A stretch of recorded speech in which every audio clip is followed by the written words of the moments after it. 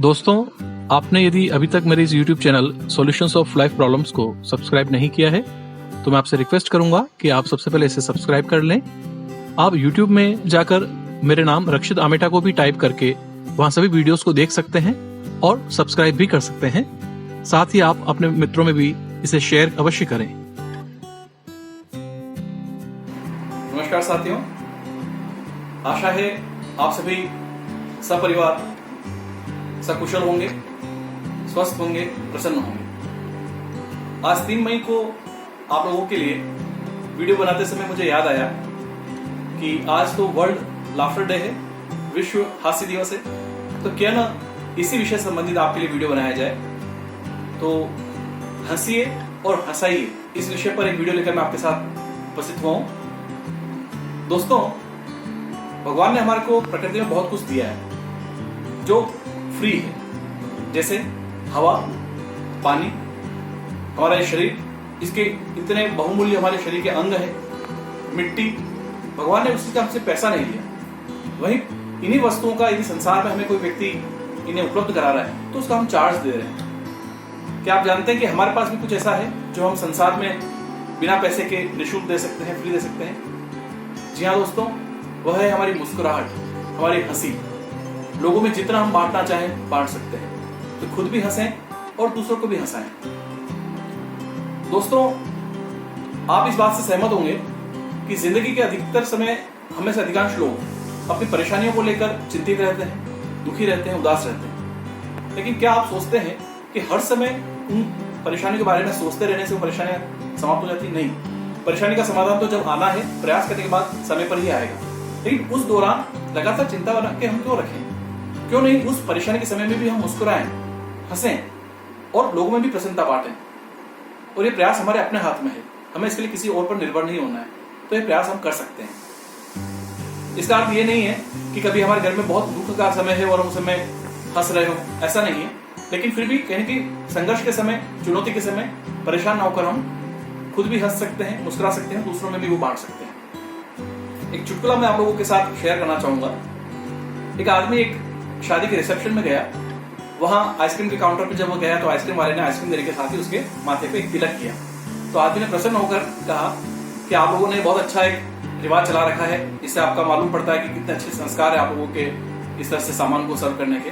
तो आइसक्रीम वाले ने कहा, ऐसा कुछ नहीं है, ये तो हम तिलक इसलिए लगा रहे हैं ताकि आप जब दोबारा कोई व्यक्ति आइसक्रीम लेने आए तो हम उसको पहचान लें, वरना लोग कम से कम 5-10 कप अकेला एक आदमी खा जाता है।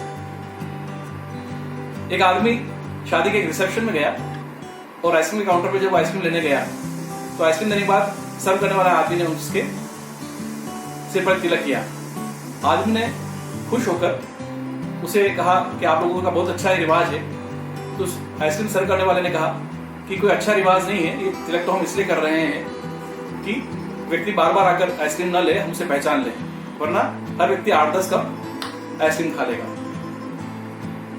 एक व्यक्ति शादी के एक रिसेप्शन में गया और आइसक्रीम के काउंटर पे गया और आइसक्रीम वाले ने काउंटर पर आइसक्रीम देने के बाद उसके सिर पर तिलक किया।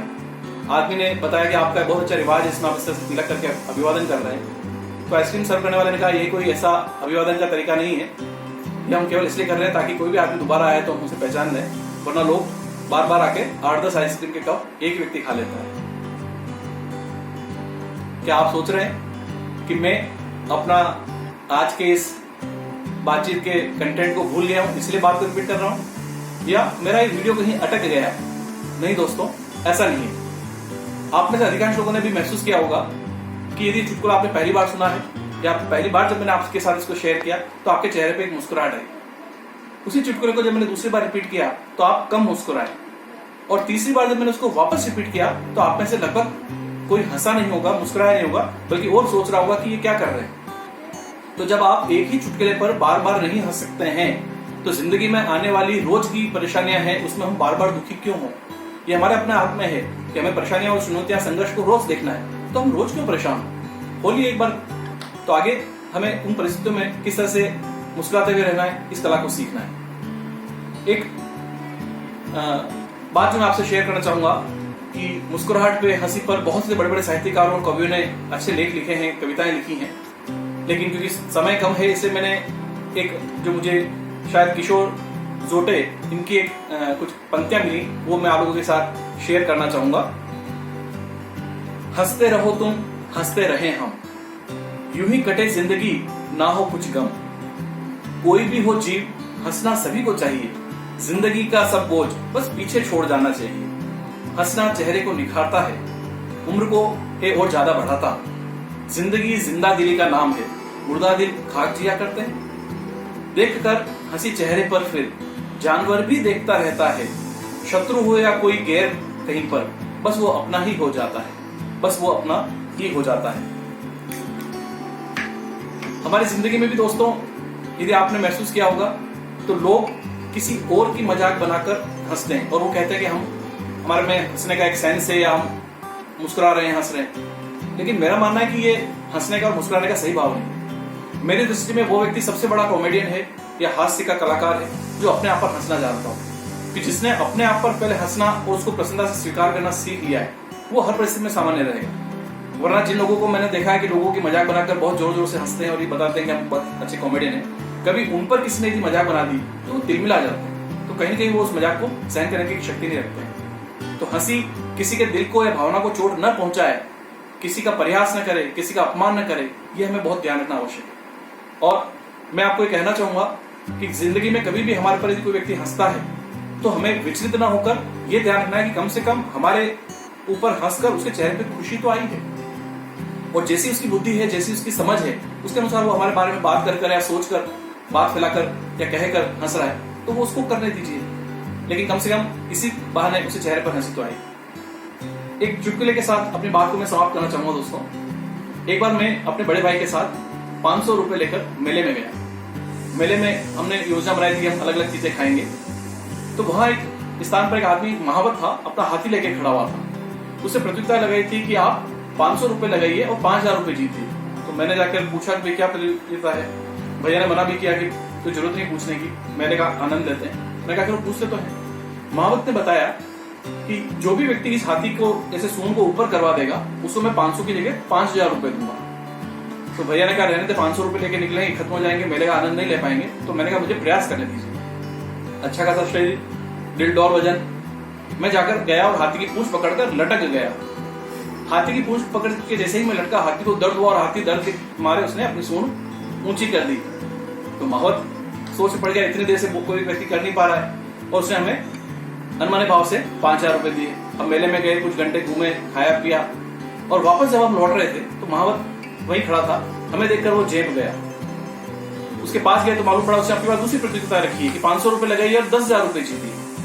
भैया ने फिर मना किया, आप पैसे का लालच मत करो, कठिन प्रतियोगिता होगी, रिस्क नहीं लेना चाहिए। मैं कहा कोई बात नहीं, ट्राई करते हैं। पूछा भाई क्या प्रतियोगिता है। उसने बताया कि मेरे हाथी को जो पहले हाँ की तरह सिर हिलवाने में और बाद में ना करने की स्थिति में हाथ सिर हिलवा देगा हाथी का, उसको मैं 10,000 रुपए दूंगा। तो मैं गया, हाथी के कान में मैंने कुछ कहा, और थोड़ी देर बाद हाथी ने पहले से हाथ की तरह सिर हिलाया, फिर नाक की तरह सिर हिलाया। तो वो महावत तो चक्कर है, बेहोश गिर पड़ा।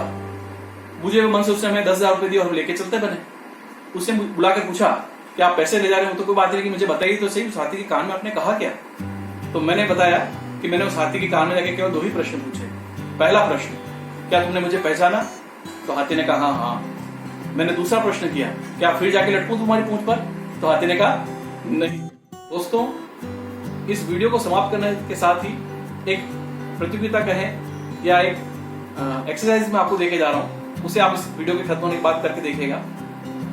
आप कम से कम 5 प्रकार से अलग अलग तरह से किस प्रकार से हंस सकते हैं अपने घर में स्वयं अकेले या अपने परिवार के अन्य सदस्यों के साथ। इसको करके जरूर देखिएगा, उनको भी प्रेरित कीजिएगा कि कम से कम 5 प्रकार से अलग अलग तरह से आप कैसे हंस के देख सकते हैं। आपको यदि ज्यादा तरह से हंसना आता है तो आप और अधिक तरह से हंस के देख सकते हैं, और आप देखेंगे कि उस एक्सरसाइज को करने के बाद, उस काम को करने के बाद, उस क्रिया को करने के बाद सबके चेहरे पे कितनी हंसी होगी।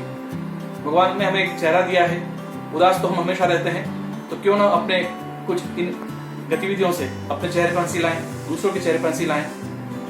आप हमेशा मुस्कुराते रहें, खुश रहें, यही मेरी शुभकामनाएं हैं। अपना और अपने परिवार का आप ध्यान रखें। फिर आपसे मुलाकात होगी एक नए वीडियो में। धन्यवाद।